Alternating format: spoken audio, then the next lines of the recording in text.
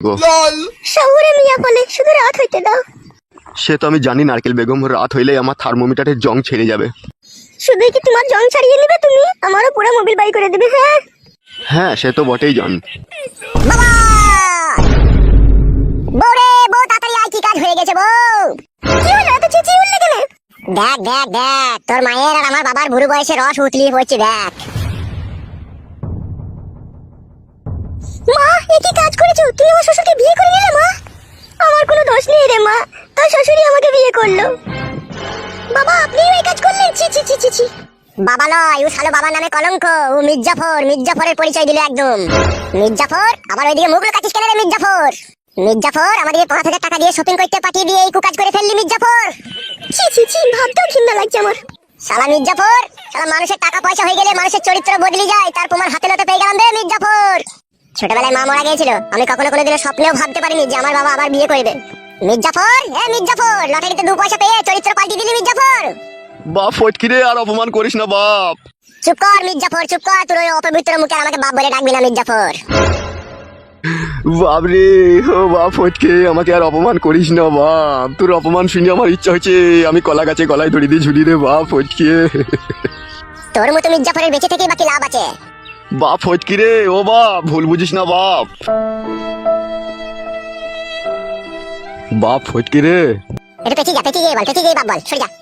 তোর মা মরে যাওয়ার পরে 8 বছর আমি বাথরুমে সমানে হ্যান্ডেল মেরেছি বাপ। আর তোর সেই শাশুড়িকে পেয়ে সেই হ্যান্ডেল মারাটা আজকে আমার বন্ধ হইতে চলেছে। এতে তুই খুশি হোস নি বাপ? খুশি হতাম বাপ, খুশি হতাম। আমার শাশুড়িকে বাদ দিয়ে যদি তুই অন্য কোনো মেয়েকে বিয়ে করতিস তাহলে আমি খুশি হতাম। কেনে বাপ ফটকে তুই এই কথা বলছিস? তোর শাশুড়ি তো ফুলের মতো পবিত্র, আর সেই পাক পবিত্র মেয়েকে আমি বিয়ে করে আমি তো কোনো খারাপ কাজ করিনি বাপ। তোর শাশুড়িরও স্বামী মারা গেছে আজ থেকে 10 বছর আগে, ও সেই নিদারুণ যন্ত্রণা নিয়ে বুকের ভিতরে বেঁচে আছে। আবার আমারও সেই একই কেস। তা আমরা দুজনে বিয়ে করে কি এমন অন্যায় কাজ করেছি রে বাপ ফটকে? বাবা আমার শাশুড়ির জীবনে এক গোপন রহস্য লুকিয়ে আছে, কি করে তোমাকে এখন বলি বাপ আমি সে কথা। কি গোপন রহস্য লুকিয়ে আছে রে বাপ তোর শাশুড়ির জীবনে? বাংলায় একটা গান আছে, শুনেছো তো বাবা? যারে আমি চোখে দেখিনি তার অনেক গল্প শুনেছি, গল্প শুনে তারে আমি অল্প অল্প ভালোবেসেছি। হ্যাঁ বাপ ফটকে, ওই গানটা শুনেছি বাপ। তা তুমি আগে পিছে না ভেবে তুমি আমার শাশুড়িকে বিয়ে করে নিলে কেন? এতে ভাবা ভাবির কি আছে রে বাপ? তোর শাশুড়িও বিধবা আমিও বিধবা। তাহলে তুই একটু ভাবিস নি আমার শাশুড়িকে বিয়ে করার সময়, তাই তো? হ্যাঁ বাপ, বাপ শোনা আমার কিছুই ভাবিনি বাপ। একটা গান শুনেলে বাপ, এই গানটার সাথে তোর জীবনের ম্যাচিং হবে। বল বাপ আমার, কি গান বলতো বাপ? মারিয়া বসন্ত তীর কলিজা করিল শশীর, কেমনে শিকারি তীর মারিল রে, ভীষ্মাকাইয়া তীরের মুখে মারিল তীর আমার বুকে, দেহ থুইয়া প্রান্তি লইয়া যায় আমার নারকেল বেগম আমার অন্তরে। হায় রে বাপ ফটকে, এ কি কুলক্ষণী কথা শোনালি রে। আজ থেকে শুন বাপ, তোর সাথে আমার কোনো সম্পর্ক নাই। ও কথা বলিস না বাপ, তাহলে আমি মরে গিয়েও শান্তি পাবো না রে। তুই তো শান্তির জিনিস খুঁজে পেয়ে গেছিস, আমাকে নিয়ে আর শান্তি না করলেও চলবে। আজ থেকে জানবি তোর ছেলে নাই, মারা গিয়েছে। মারবো বাড়া কেলাচোদা তোকে আমি। তুই আমার নাই ছাই একটা ছেলে বে, তুই যদি আমার কাছ থেকে চলে যাস আমার পাঁজরের হাড় ভেঙে যাবে বে। কেলাচোদা খবরদার ও কথা বলবি না বে, তোর লেগেই তো আমার জীবনের সবকিছু বে। দেবো পালিয়ে আয় রে।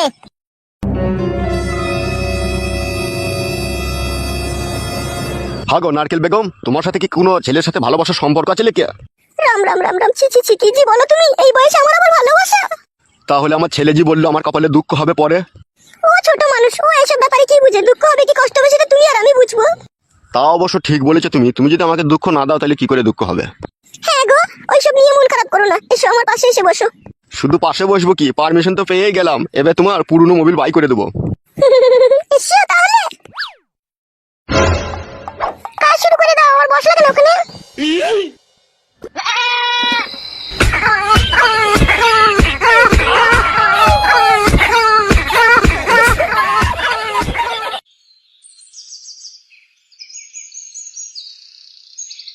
আরে ভাইপো, এই বাড়িটাই তো বললো লাই। হ্যাঁ কাকা, এটাই বললেছে বটে। তাহলে একবার ডেকে দেখি লাই। হ্যাঁ ডাক কাকা ডাক। বলছি বাড়িতে কেউ আছেন নাকি? কে গো? এই আমি গো, আমি এক অচেনা পথের পথিক, একবার এইদিকে এসো তো। আসছি দাঁড়ান। আসছে বললো তো নাকি রে? হ্যাঁ রে কাকা, আসছে তো বললো। কে আপনারা? কাকে দরকার? কাকে দরকার কাকে বলুন। এ ভাইপো কি বলবো রে? যার খোঁজে এসেছে তার নাম করো। বলছি তোমার সতীনের মা নারকেল বেগম তোমাদের বাড়িতে আছে? কি বললে তুমি? ও সেরকম কিছু নয় বৌদি, বলছি তোমার স্বামী একটা মেয়েকে বিয়ে করেছিল না, সে মেয়েটা শাশুড়ি তোমাদের বাড়িতে আছে। সে কিসের জন্য এখানে থাকবে? তার চুল ছিঁড়ে আমি ভাঙা চুলে বিক্রি করে দিই 4,000 টাকা কেজি। এ কাকা, এ তো কেস ঘাবলা মনে হচ্ছে রে। তাই তো রে ভাইপো, একবার জিজ্ঞেস করে দেখ রে ভাইপো, ও সতীনের মাকে কোথাও পাওয়া যাবে। বলছি বৌদি, যদি কিছু মনে না করো, একটা টুকুস করে একটা কথা জিজ্ঞেস করবো। বলো, কি বলবে বলো। বলছি তোমার সতীনের মা এখন কোথায় আছে তুমি জানো? আমরা ওদের খবর কি করে রাখবো? সে আমার সতীন আমার বাড়ি থেকে 6 মাস আগে চলে গিয়েছে, তার সাথে আমার কোনো সম্পর্ক নেই। তার মা কোথায় গিয়েছে, কি করছে না করছে, আমরা এবার তার খোঁজ খবর কেন রাখবো? আর তাদের খোঁজ খবর আমাদের কাছে নেইও। কাকা কোনো খোঁজ নাই বলছে। তোমার কাছে জোর হাত করে বলছি, তুমি যদি খবর জানা থাকে বলো আমাকে, নাইলে আমি আমার নারকেল বেগমের জন্য মরে যাবো গো, আমি মরে যাবো। আপনি এইভাবে কেন কাঁদছেন? আর নারকেল বেগমের বাকি? নারকেল বেগমের সাথে দীর্ঘ আমার 7 বছরকার সম্পর্ক। যেদিন থেকে নারকেল বেগম বিধবা হয়েছে আর যেদিন থেকে আমার বউ মারা গিয়েছে, সেদিন থেকেই ওর সাথে আমার একটা সম্পর্ক আছে।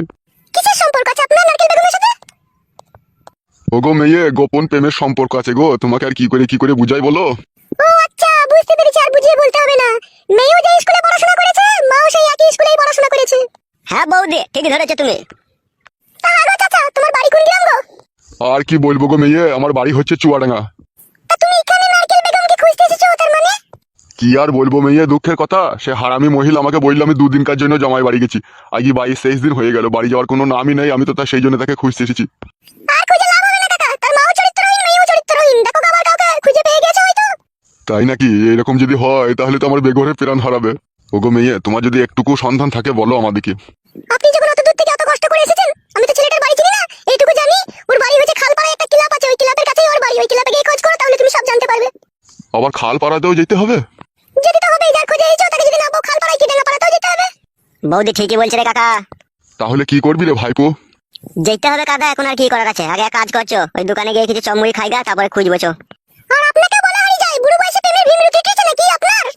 ওগো মেয়ে, আমাকে আর লজ্জা দিও না গো। নারকেল বেগম ছাড়া আমি প্রচন্ড অসহায়। নারকেল বেগমের জন্য আমার 2টো নারকেলের বাগান চলে গিয়েছে। তারপরেও আপনি নারকেল বেগমের পেছনে ছাড়েননি? ওই তো আমার জীবনের সব। ওকে ছেড়ে দিলে তো আমি মরে যাব। নারকেল বেগম আমার এই ডাইন দিকের কিন্নি, আর নারকেল বেগমের ভালোবাসা আমার এই বুকের ভিতরে থাকা কলজি। তাই নাকি চাচা? হ্যাঁ গো মেয়ে, হ্যাঁ। দেখো চাচা, তোমার এই কলজিতে তোমার নারকেল বেগম আমার তলায় তলায় আগুন ধরিয়ে দিল নাকি? মাগো, ওই কথা বলি না মা, ওই কথা বলি না। নারকেল বেগম ছাড়া আমি 2 চোখে অন্ধ হয়ে কানা হয়ে যাবো রে। তোমার মতো আমার স্বামীকে অন্ধ করে দিয়েছিল, কানা করে দিয়েছিল ওর মেয়ে। তাই নাকি মা? হ্যাঁ চাচা, 6 মাস আমার স্বামীকে ঘর ছাড়া করে দিয়ে, আমার স্বামীকে বুবা ঠাপা করে শাড়ির আঁচলে গিট মেরে রেখে দিয়েছিল সে সতীন। তাকে কি আমি সাধ্যে তার চুল ছিঁড়েছি? তার অনেক কষ্টে জানা পাকনা শুধু ছিঁড়ে দিতাম আর 2 দিন থাকলে। আরে ভাইপো, এবার তো মনে হচ্ছে আমি হাত ফেল করে ফেলবো রে। দূর কাকা, হাত ফেল করতে হবে না, বড়া চো, চমড়ি খাইগা দিয়ে খুঁজবো চো। চো বাপ, চো রে, তুই আমার একমাত্র আশা ভরসা। হাগো মেয়ে, তাহলে ক্লাবের কাছে গেলে পাবো তোকে আমি? হ্যাঁ হ্যাঁ, ওখানে গেলে আপনি খোঁজ করলে পেয়ে যাবেন। চো রে টাকা ভাইপো, চো। কাকা টাকা থাকতে পারলাম কই, তোর লেগে বাসি হয়ে গেলাম আমি। চো বাপ, চো। ছি ছি ছি ছি, কি সর্বনাশের কথা, কথা শুনতেও ঘৃণা লাগে। তার মা আবার নাকি এই বুড়ো লোকটাকে বুঝে জাদু মন্ত্র করে ফাঁসিয়ে রেখে দিয়েছে। বেচারি খাপা হয়ে যাবে গো। বুড়ো মানুষ, এক পা শ্মশানে এক পা ডাঙ্গাতে, তাও প্রেম করা স্বাদ মিছি না গো। ছি ছি ছি, মরবি বুড়ো চোদা, তুই মরবি। যা লো যা, আমার তরকারিটা পুড়িয়ে গেল খেলা চোদাদের সাথে কথা বলতে বলতে লো।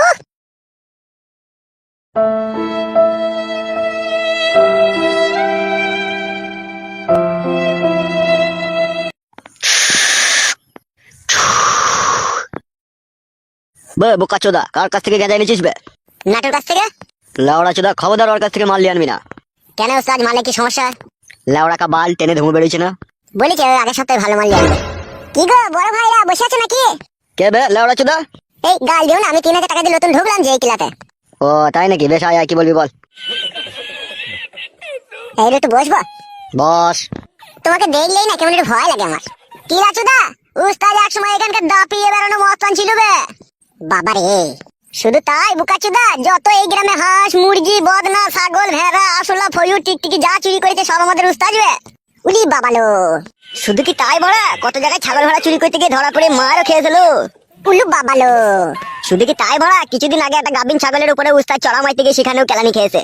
উড়ি মারে, কি কাজ করেছে। শুধু কি তাই বড়া, উস্তাদের কাছে কোন একটা গাবিন ভেড়ারও সন্ধান আছে, ওটাকেও ফাঁক পেলে ভরে দেবে।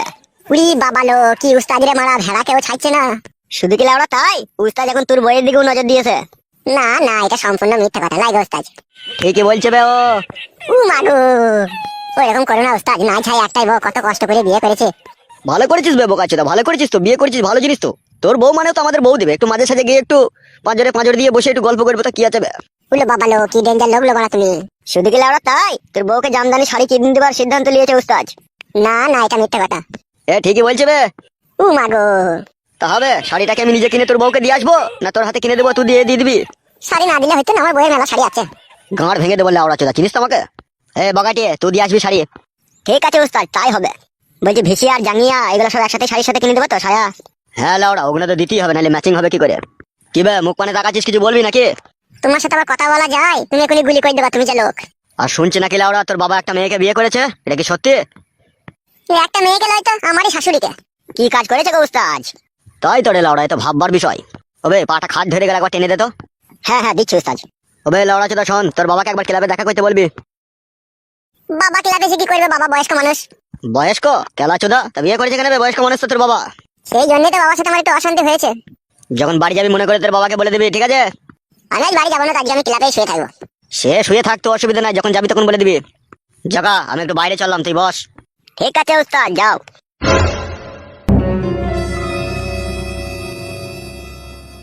আরে বন্ধু, লোকটা বিশাল ডেঞ্জার লাই।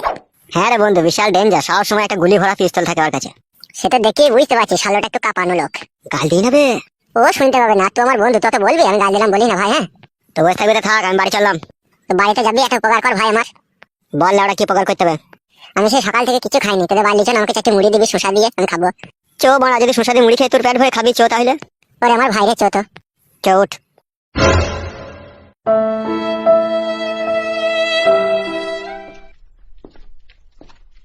এই চৌকির উপরে বস তো। সুমায়া, হ্যাঁ সুমায়া। বল দাদা, কি বলবি বল। বলছি চারটে মুড়ি লিয়ে আয় তো, আমার একটা বন্ধু এসেছে, খাবে। আসি রে দাদা, নিয়ে আসছি দাঁড়া। আমার দিদি মুড়ি লিয়ে আসছে, মুড়িটা খা তো। হ্যাঁ আমি একটু বাথরুম থেকে আসি। আচ্ছা ঠিক আছে, যা।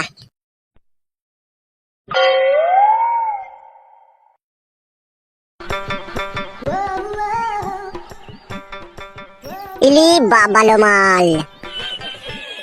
এই না, ধরো মুড়িটা। তোমার নাম কি গো? সুমাইয়া বেগম। আরে সর্বনাশ, কি জিনিস রে বড়া। কি হলো, না ধরো।